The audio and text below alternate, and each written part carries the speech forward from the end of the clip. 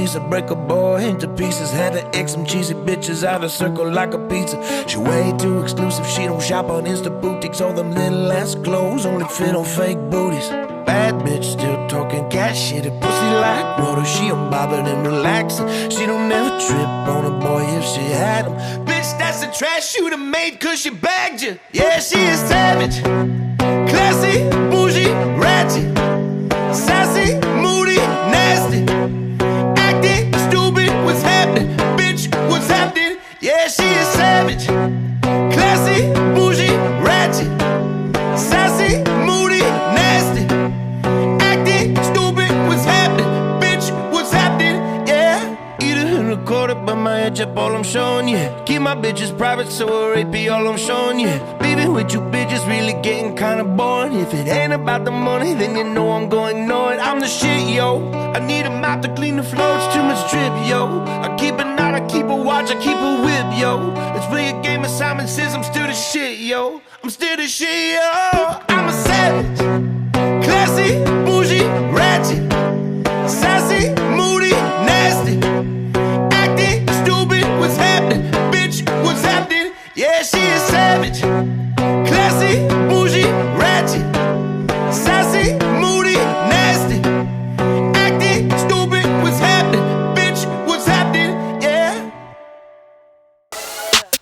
I wake up, flex, thumb down now, check, no drip this, wet. Tell 'em run it up, no sleep, no rest, might crash, might wreck, but first I stretch, tell 'em run it up.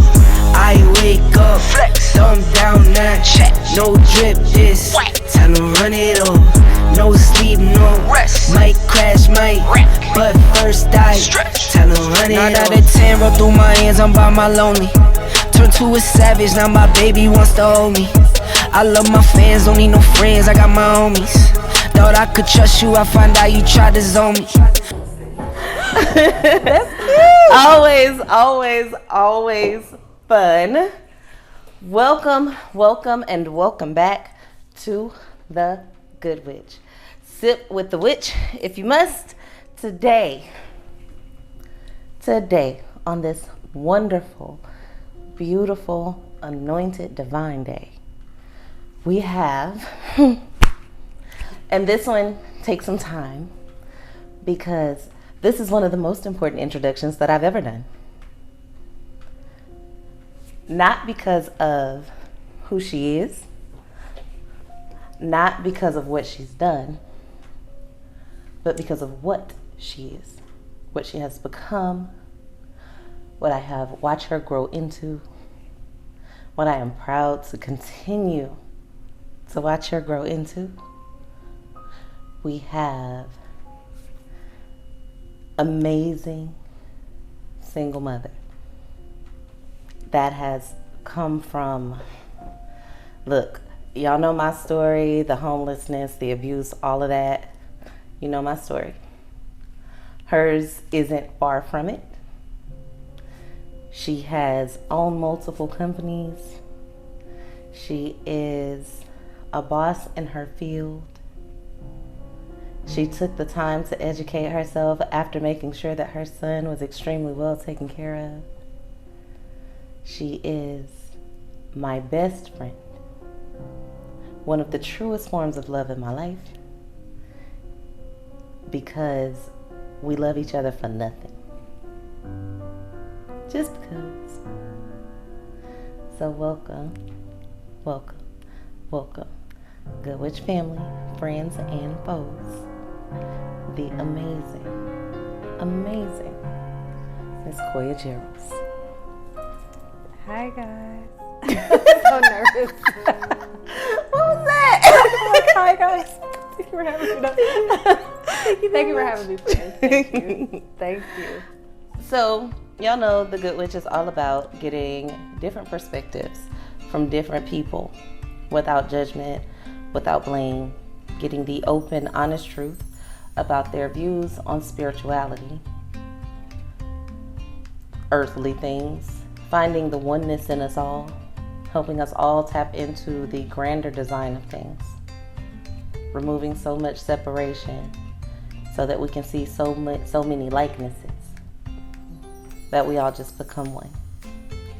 And the woman sitting next to me, the amazing goddess sitting next to me, will have a lot of great input for that because she has been through so many things and gotten through so many things gracefully and some ungraceful.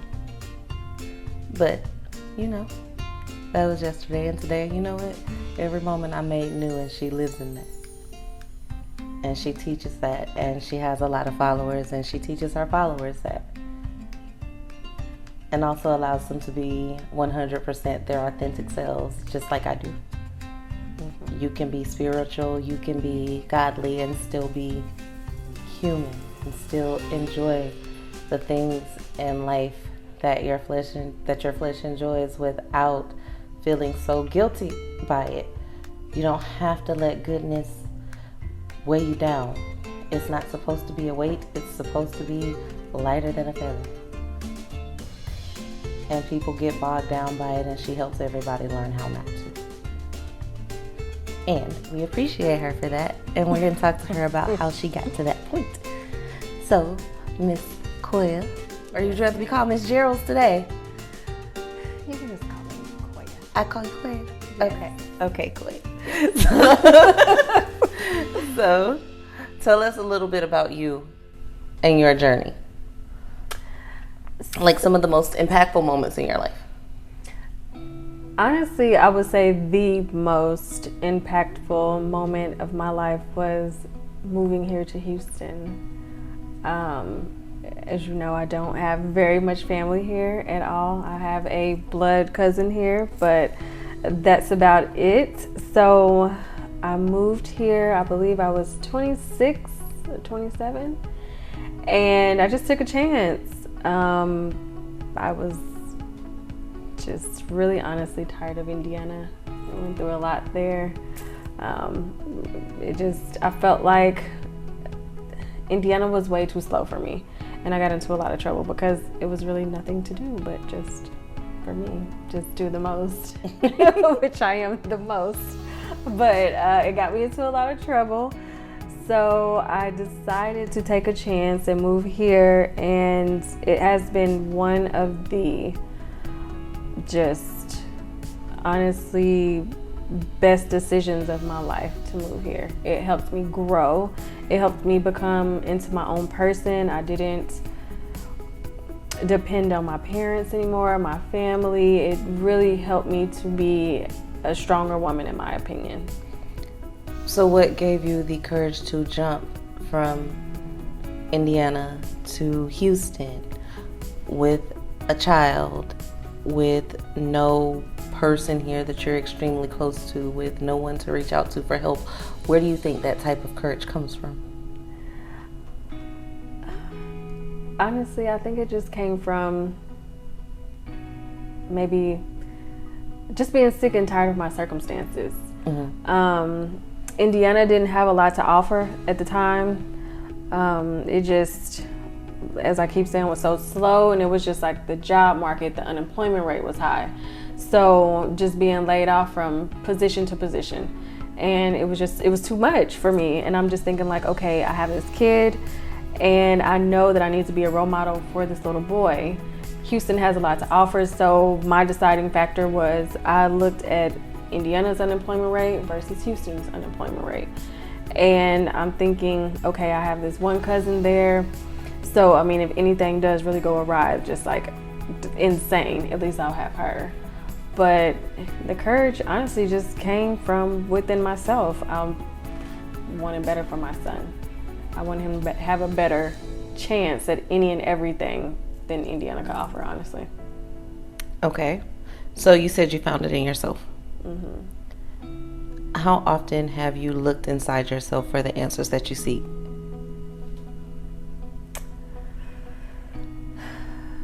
I don't think I just have like a set number, but most of the big decisions that I make, I would say maybe like 10%. It's not a set number. It just really depends on the circumstances. Okay. So is it more often now? Like, has it grown? Have you begun to look inside yourself more or less as you've grown? Being raised in the church, because my mom was a frequent church goer and we had to go to church basically every freaking day. Every day. Understood? Yeah. Overstood? Every day. Overstood. Sunday, Wednesday, Saturday. I'm just like, okay. Yeah, girl, I even had to go when my mama didn't. Yeah. Just had the van come pick me Yeah, up. me too. And then she sent us off to vacation Bible school. I'm like, enough. But I would say as I've become a strong, independent woman, making big decisions, really, I would just say I do still seek maybe scriptures that would help me out, but as of now, I think I lean more towards, like, when I say my prayers, I include the universe and God. So it's like it just goes one-on-one to me. So I don't know if it's like, I feel like the universe is me, but then I also feel like God is who I pray to, so I just put them together. So, you know, I teach that God and the universe are one. And we are the universe and God. So we are all one. That's where I got it from. Yes. So we are all one big one. We're all one big piece of the same one. I am a part of that one. You are a part of that same one. Grace is a part of that one. Deanna is a part of that one. Coy is a part of that one. We're all a part of the same thing. So as I grow, you grow. And as we grow, they grow. And as they grow, and it expands. So people don't often understand that, especially people that were going to church as much as we were, because church has taught us so often. Not every church is the same, but most churches, most mosques, most religions, most organized religions teach you to look outside yourself instead of inside yourself. Now, if you go into study on your own, you can find and prove what you need to do. Correct. But just sitting and being told, and not having a brain for yourself. right? Most people are sheep. When you get the flock, let the sheep follow. Exactly. So if a lot of people are sheep, so if you tell a sheep something, they'll believe it. If I tell the sheep you can't have water until the shepherd takes you to the lake, when there's nothing between you and the lake, and that's constantly ingrained in you, you'll forever go to the shepherd for water instead of to the lake. Exactly. And then you gotta wait on them to get finished eating, because you got shit to do. Exactly. So you gotta sit there and be thirsty while the shepherd figuring it all out. And just wasting time, honestly. So once you learn to look inside yourself, that's why I ask you how often. When you learn to look inside yourself, you understand, I can go to the lake, but at the end of the day, I am the lake. Yes. So there is no reason for me to be thirsty. And that's why I say I think the best decision for me moving here, the highlight, and I'm just being totally honest, the highlight was, I think I met you maybe a year after I moved here. And when you told me what you did, that probably would scare some people away, but I was like, oh my God.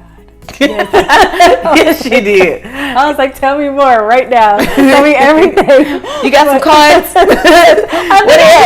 Just like you got some cards. I was like, what do you tell me right now? But I'm just like, yes. So, I mean, you've been a big part of my growth here. I mean, and as a woman, like you said, just being there in Indianapolis, a lot of my family, they grew up apostolic, so we went to church all the time. And then y'all had boring church. Well, yes, we did, but anyway. Girl, then we was Pentecostal Kojic. We was running around, jumping, doing backflips. But I was going to say, but then, like, my mom moved us to Oklahoma. Okay. And we were Baptist. That's different. So Baptist was way different than apostolic. Like, apostolic, it was just like basically Catholic to me. Like, you just sit there and you just listen. But then this other church we went to in Oklahoma, it was like everybody's running up and down the aisle and everybody got the Holy Ghost, and I just thought it was just like a little club or something. I'm just like, hey, I want somebody I did with the Holy too. Ghost. When I was little, I felt like church was the club, especially the boys and girls club. This is a party. Yeah, I'm like, this is a party. Somebody come in there. like, we're gonna dance. I hope your followers don't get mad at me for saying that. But yeah, so much fun. But when I seen it, I was just like, oh, okay, this is different, but I still don't want to come to church every day. I have other stuff, right? I have other stuff I want to do. But yes, but then, like, I mean, I still didn't believe it. I always knew that something was different because I used to always tell my mom, like, I don't believe everything that pastor is saying. And she used to just tell me, like, be quiet. I'm like, no, I'm not going to be quiet because I don't believe every single thing that he's saying. Like, if that's the case, if everything he's saying, like, how am I just existing because I know that everyone says, like, and I don't want to sound like something. This is an open space. You can say whatever you want. There's no curse word barriers. There's no judgments. This is open space. Okay, well, this is what I started to think after going to that church for so long, that Baptist church. This is what made me start breaking away and start helping me or making me think on my own, because this pastor was there and he's preaching to everybody and he's saying all these different things. You know, he's supposed to be giving you the word, giving you the spirit, but then he gets busted for having prostitutes in his car and having bags of weed. He was trying to give him the Holy Ghost and, you know, I'm like, sprinkle them with the herbs of the Lord. You had weed and prostitutes in your car, and then my mom was telling me how she went to counseling and he tried to like push up on her, and I'm just like, this. And when I had my son, she's like, go up there and have him baptized. I'm like, that devil is not baptizing my son. He's not putting spirit on my kid. Like, you can do whatever you want with the rest of your grandkids, but this one will not be going. So when I seen that and she told me about that experience, I'm just like, so this guy who is preaching supposedly the word of God is out here just doing the most. Right.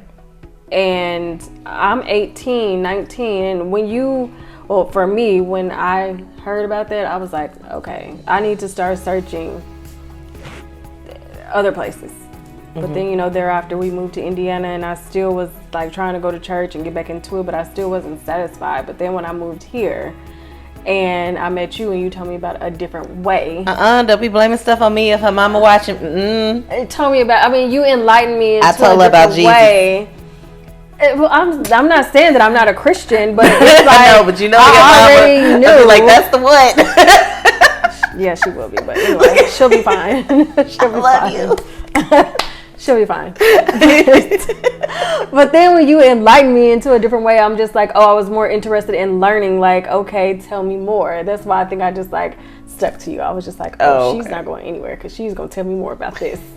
So. Because we all know I'm not a Christian, but I love God and I love Jesus and I love all those things because there is nothing that says we shouldn't. I just don't hate anything else. I don't think anybody else is wrong either. There's more right than there is wrong. That's why we're here to learn about the oneness and what makes us all similar. Because I'm sure there's a Muslim girl somewhere that's very similar story about an imam. Oh, like my friend. Right. I'm sure there is a Buddhist somewhere that has a similar story about a monk or about a spiritual advisor. I'm sure there's someone in a cult somewhere that has a similar story about their leader or whatever you call those cult people. Leader. There you go. I'm sure there's someone in Hoodoo somewhere that has a similar story about a priestess or a high priest or an Ogun or a Mambo. I'm sure there's someone of every religion that can relate to that particular situation, whether the names would just be different, the places would be different, but the storyline is the same. And that's what people get mixed up, and that's what I try to teach people, because no, I don't think all priests molest children, but I know some pastors do too. Exactly. You know what I mean? Everybody's not on that straight and narrow. Right. So. And I know just like most pastors don't. Most priests don't. But you do have those sprinkles. But you have those sprinkles. So you have some cultures where it's more, prominent, like with everything. But it's not because it's them. It's because it's more openly accepted there in certain spaces. It's not like Christian women aren't ever abused or shamed or told to be covered or anything of that nature. Because they're told to come as you are. To come as you are. And it depends on your church, because honestly, if we showed up like this, they have a problem. Oh, trust me, I know. So me because too. the type of church that my mom goes to right now. Me and my son was just reflecting on it this morning when I took him to get his haircut. Right, but if this, you say come as you are and this is how I am, why I can't show up? And she goes to one of those like really strict churches where if you're chewing gum, they want to come over and be like, with the napkin, I'm just like, high five, girl, what you want? But just like, yeah, they don't really mean like, I'm not gonna spit in your hand, ma'am. Yeah, I'm an adult right now, and what I'm not gonna do is spit this gum in your hand. They don't really mean come as you are. They mean come how we want you to be. Right, very much so. Yeah, and that's with basically everything. Wow. So just like there's some Muslim girl who would get in trouble for wearing a red hijab to mosque, or no hijab to mosque. There's some Christian girl somewhere that got in trouble for wearing red lipstick and red nail polish and not having no stockings, and you know, having a dress that's, yeah, somebody got a whipping for that too. Yes. So when I was young, I was told never to wear red lipstick. Right. There's some Hindu girl somewhere that didn't put on her clothing right, that got in trouble for that. Just like when we look at the homosexual community, you can look at it in any religion. It's the same thing. I don't understand. We focus on the similarities that we want to, but we don't focus on the good similarities. Yeah. We don't focus on that we all believe that there's one true God.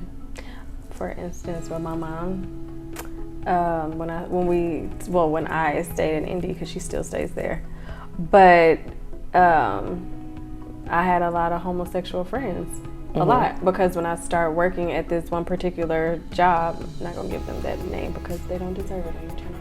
But when I started working at this one particular job, I mean, it was a few of them that worked there, and for me, I've always been open. I love everybody. I don't judge anybody. I don't care what you do. You can have one finger, two toes. I don't care. You're going to be my friend. And that was one thing we had in common initially. I don't really care what you do. Yes. Are you happy? What you do. Are you happy? Okay. You're my friend.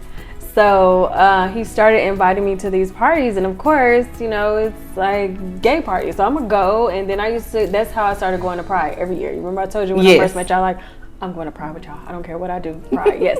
Because I'm like, I love everybody. But she asked me one day, like, why are you going to these Pride parties? Like, do you have something to tell me? And I'm just like, yes, that you should love everybody equally. Get me? Like, you should love everybody equally. And I still feel that way. And she just was not having it until my sister here recently. One of my sisters came out and said, oh, I have a girlfriend. I'm just like, how you feel about that now? I mean, but still, it's like you should not judge a person. I don't care what you do, who you go to bed with. It all depends on their heart. That's what you should love a person for. Right. Absolutely. So that's a little bit about you and who you are. That actually says more about you than any experience you've been through. Is how you see people. Says way more about who you are. So looking into, I'm going to ask you a couple of questions and you tell me your thoughts. Okay. So your age range, you're in your 30s. Wait, am I? Am I? Of course not, dear. Of course not. You are a single mother. You have a son. Yes. You are raising a beautiful black man. Yes, absolutely. In America. You have been in relationships with different races of people. Yes. You are multiracial. Yes, I am. you have traveled a lot and seen a lot of different places Absolutely. and know a lot of different people from all walks of life. Absolutely. Okay.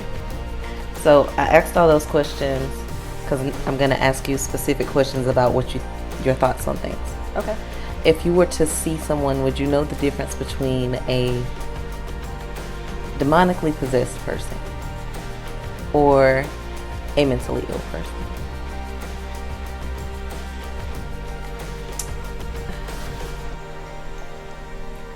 Right off the bat, no.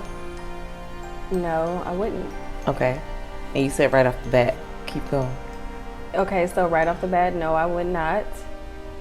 Because you don't know if a person, like right off the bat when you see them, you may have this first impression that they're just acting a certain type of way that you don't feel is correct in that sense. But no, I wouldn't know right off the bat until maybe I talk to them or something. Mm-hmm. But no, not right off the bat. And I ask that because I think a lot of people that are in the mental health system, and you work in the school system. Yeah. So in the school system, I see it as well. A lot of children are diagnosed with diseases.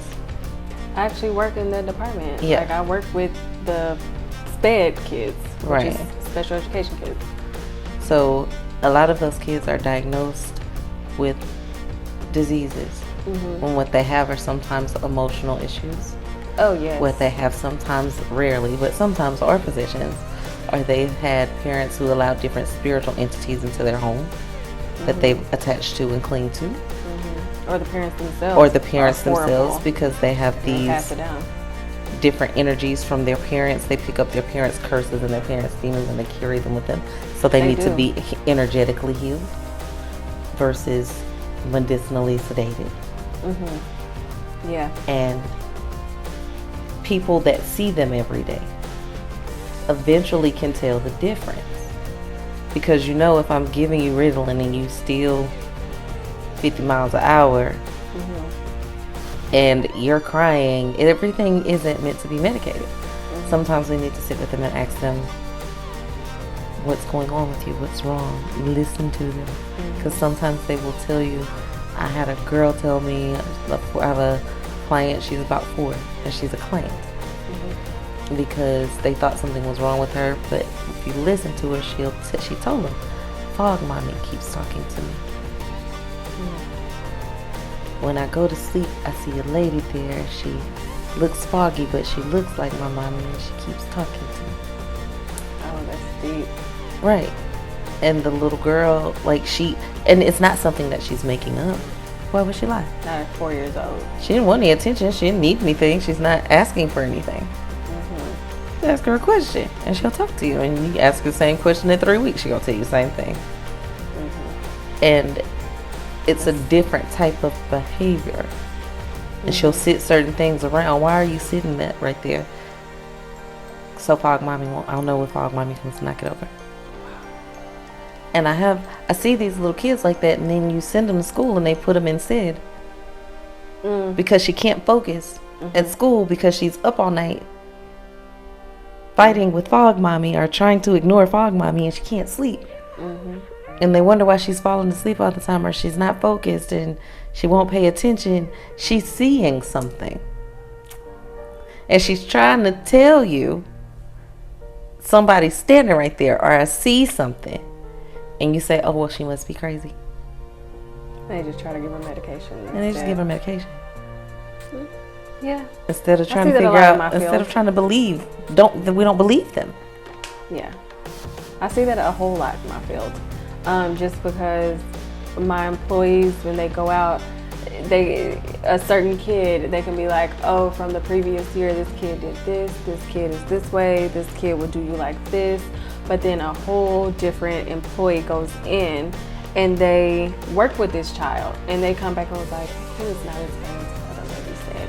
Or that kid is not as bad as, or did this or did that. And I'm just like, well, what did you experience this year with that kid? And it's totally different because this person had the patience, they work with them, they listen to them, and I just tell them all the time, even though they label these kids as special education, does not mean that they don't know the difference between maybe right or wrong, or they don't know how to communicate with you. It's just they may not have been able to communicate with the person before them or before you. Right. Just for the simple fact their energy, they may not have felt safe or felt like comfortable that they could talk to them. Okay. And have you personally been able to talk to any of these kids? No. So since I'm the manager, I don't typically go out and talk to all the kids individually. But for my employees, I do ask them to not take into account what the person the year before said. Right. Work with them yourself, and then I get reports from them. And then if they continue to say, well, this kid did the same thing the person said last year, okay, well, let's go a different angle. Or maybe this kid may not be able to communicate with you. Like, we do have some children that can't talk. Mm-hmm. So I'm like, let's make pictures. And then if they point to a certain picture, you know, every day, maybe they are wanting this, or they want to talk about this, or maybe you can work with them, teach them how to say hi. Like, you just never know.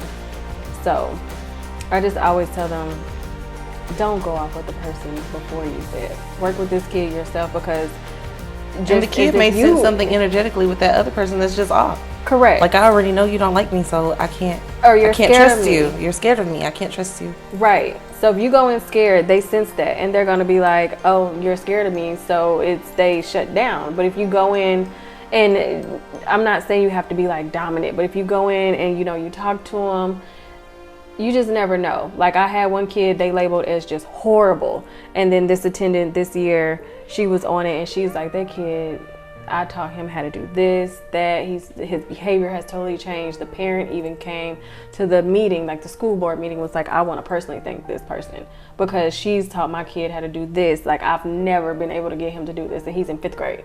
And I'm just like, those type of stories are amazing. They are. I love how she finds the beauty in everything. So finding the beauty in working with the said kids, or even not even working with them hands-on, but getting the stories back, and finding more into the beautiful stories. These are people's treasures, just like my kid or your kid or their kid. Like, just because they label them as special education does not make them less than, is how I feel. Have you had any supernatural experiences ever? The first time I smoked weed. That's a high experience, man. Okay, well then. I tried weed 2 times, guys. The second time I was like, I'm never doing this crap again. I clearly never said I'm never doing this crap again. That's not my life. It is not for me. I will stick to just the wine. Nope. No, but yeah, when I stayed in Oklahoma, I don't know if this is supernatural or not, but I was talking to my dad, and I was telling him when I moved into this house, it was my very first house. I was 19. I just knew I was popping because I had a house. Everybody else had a little apartment, but I had a house. And I was like, I got a house. I'm 19 with a kid. I'm doing some stuff. But every night, it maybe started like maybe 2 months after I moved into this house, and every night that I would go to bed, I would have a dream that it was a dark figure, and I still remember to this day because he used to freak me out. It was a dark figure. He was standing right outside of my bedroom. He had like a long pea coat and this like top hat, and every single night I would have the same dream. He would come walking down the hallway. In my bedroom, you couldn't see down the hallway, but you could see like the shadow, and somebody was coming down, and he would stand right there at my door, and he would tell me to get out. How long did you stay? I mean, I completed my lease. I wasn't paying no lease rent. Like, I'm not getting out your house. Dude, you gotta suck this shit up. Weird. But it was that every single night. And then like I was, at first, it was a scary dream, and then it was like repeated. It may not have been every night. That may be exaggerating, but it may have been literally like once a week. And maybe like at the 3-month mark, I'm just like, I don't know what this is, but I keep having this dream, and this guy is scaring me, because now, like at that point, he was not coming to my door anymore. He was going to my son's door, which his door was like ajar from my room. And that one night that I seen him go to my son's room, like I could have swore I woke up.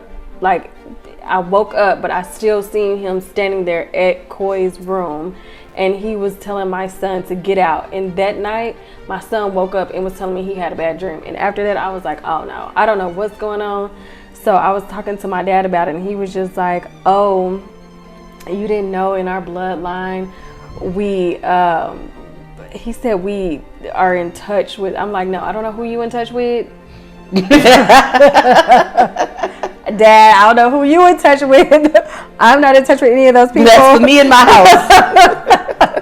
I don't know what's happening right now. He was just like, yeah, that's normal. He was like, we see beyond. I'm like, you may, but I don't want to. You tell them to take their blood out of me. I'm not with take your blood. Daddy, take your blood back. I'm not with it. But, and she is such a daddy's girl, which is hilarious. Oh my God, I'm like, you take that back with you, because I don't want none of that. I don't want no parts. Me and my son is good. But then I started talking to my grandma about it, and she was just like, yeah, it was true. We had that. I'm just like, look, I don't know what you guys have going on this side of the family, but I don't want it. But I did end up, like, he would just tell me, like, okay, well, maybe it's something within the house. Maybe it's somebody trying to tell you something. And I talked to my landlord, and he actually told me 2 people have passed away in that house, and they found them in that house. And I'm just like, you didn't think that was important to tell me before I signed this lease? But he was like, no.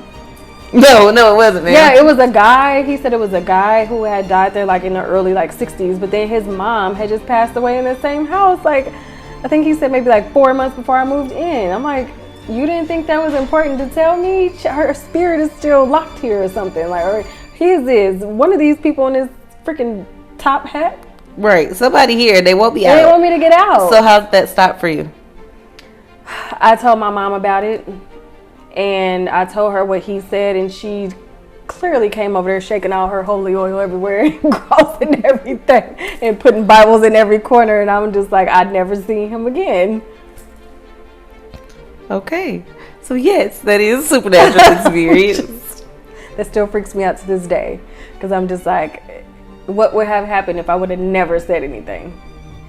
Okay, anything else that you could think of? No. I wake up, flex, thumb down now, check, no drip this, wet, tell him run it up, no sleep, no rest, might crash, might wreck, but first I stretch, tell him run it up. I wake up, flex, thumb down now, check, no drip this, wet, tell him run it up, no sleep, no rest, might crash, might wreck, but first I stretch, tell him run it up. 9 out of 10 roll through my hands, I'm by my lonely.